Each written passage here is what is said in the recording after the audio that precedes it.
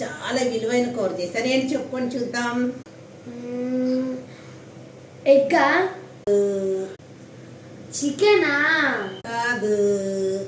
మరేంటిది? చెప్పుకో చూద్దాం. ఏంటిదబ్బా? మాది ఏంటిది? చెప్పమా ప్లీజ్ ప్లీజ్. రిలీజ్ చేస్తారనమాట. రండి చూద్దురు గాని. చూడండి. టమాటానా? టమాటో.